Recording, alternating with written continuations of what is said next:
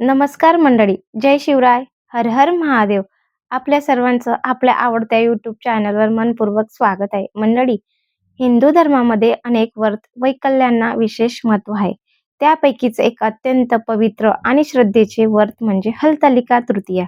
भगवान शिव आणि माता पार्वती यांच्या पवित्र मिलनाची आठवण करून देणारे हे व्रत अनेक महिला श्रद्धेने करतात. सुखी वैवाहिक जीवन, पतीचे आरोग्य, कुटुंबातील सुख समृद्धी आणि मनोकामना पूर्ण होण्यासाठी हे व्रत केले जातात, अशी धार्मिक श्रद्धा आहे.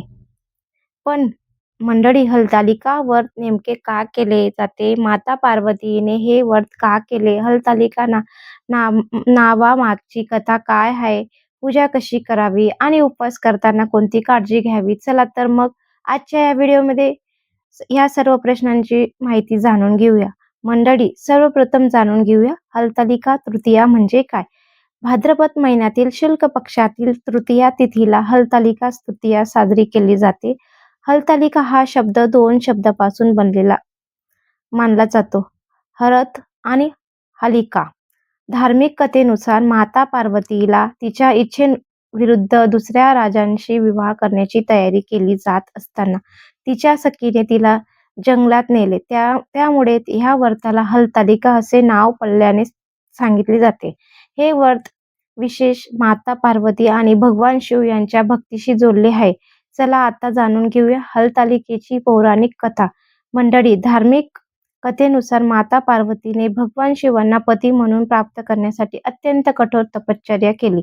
माता पार्वतीच्या मनामध्ये भगवान शिवाप्रती अपार श्रद्धा होती. त्यांना भगवान शिवच पतीच म्हणून मिळावेस अशी त्यांची मनापासून इच्छा होती. मात्र माता पार्वतीचे वडील हिमालय राज यांना तिचा विवाह भगवान विष्णू सोबत करण्याची इच्छा होती. ही गोष्ट समजल्यानंतर माता पार्वती अत्यंत दुःखी झाल्या.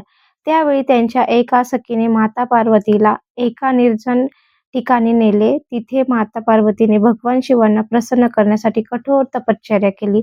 अनेक दिवस त्यांनी भक्तिभावाने भगवान शिवांची आराधना केली.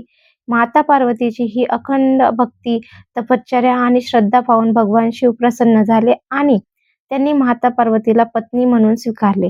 अशा प्रकारे माता पार्वतीची भगवान शिवांना पत्नी म्हणून प्राप्त करण्याची इच्छा पूर्ण झाली.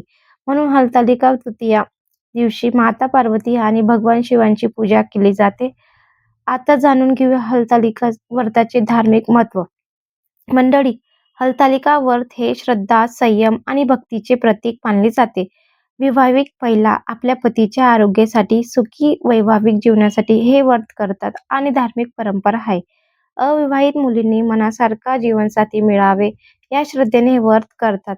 मात्र हे लक्षात ठेवणे महत्त्वाचे आहे की व्रत हे श्रद्धेचा विषय आहे. प्रत्येक व्यक्तीची शारीरिक क्षमता, आरोग्य परिस्थिती वेगळी असते. हरतालिका पूजेसाठी काय तयारी करावी? या दिवशी घर स्वच्छ करून पूजा करण्याची जागा तयार केली जाते. पूजेसाठी माता पार्वती आणि भगवान शिव यांच्या प्रतिमा किंवा मातीच्या मूर्ती ठेवता येतात.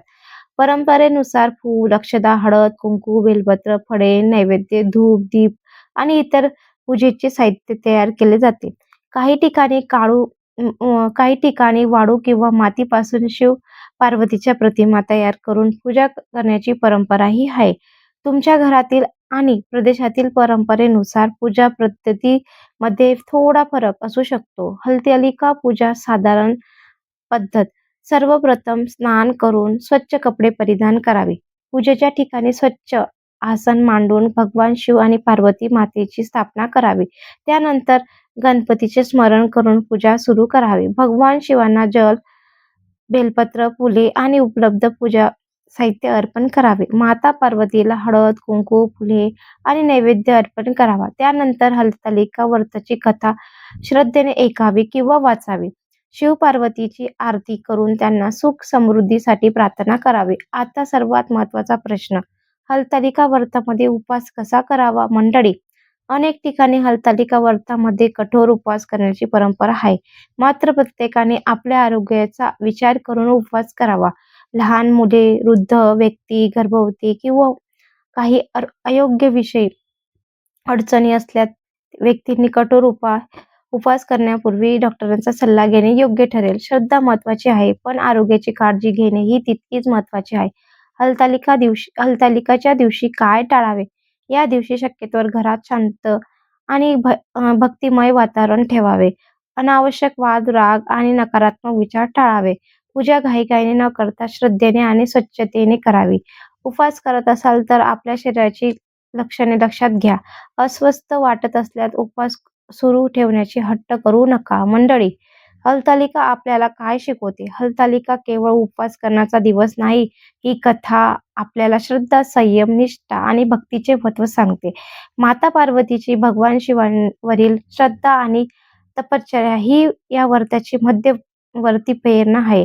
म्हणून या दिवशी केवळ पूजा करण्यापेक्षा मनामध्ये चांगले विचार ठेवणे, घरातील व्यक्तीशी प्रेमाने वागणे आणि गरजू व्यक्तींना मदत करणे यालाही महत्त्व आहे.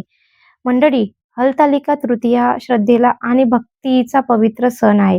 या दिवशी भगवान शिव आणि माता पार्वतीचे स्मरण करून आपल्या कुटुंबाच्या सुख समृद्धीसाठी प्रार्थना करूया. जर तुम्हाला हा व्हिडिओ आवडला असेल तर व्हिडिओला एक लाईक नक्की करा. अशा धार्मिक, सांस्कृतिक आणि आपल्या पारंपरिक संबंधित माहितीची व्हिडिओला पाहण्यासाठी आपल्या चॅनल सबस्क्राईब करायला विसरू नका. कमेंटमध्ये लिहा ओम नमः शिवाय आणि माता पार्वतीचा आशीर्वाद आपल्या सर्वांवर सदैव राहो हीच प्रार्थना. हर हर महादेव. जय माता पार्वती. धन्यवाद.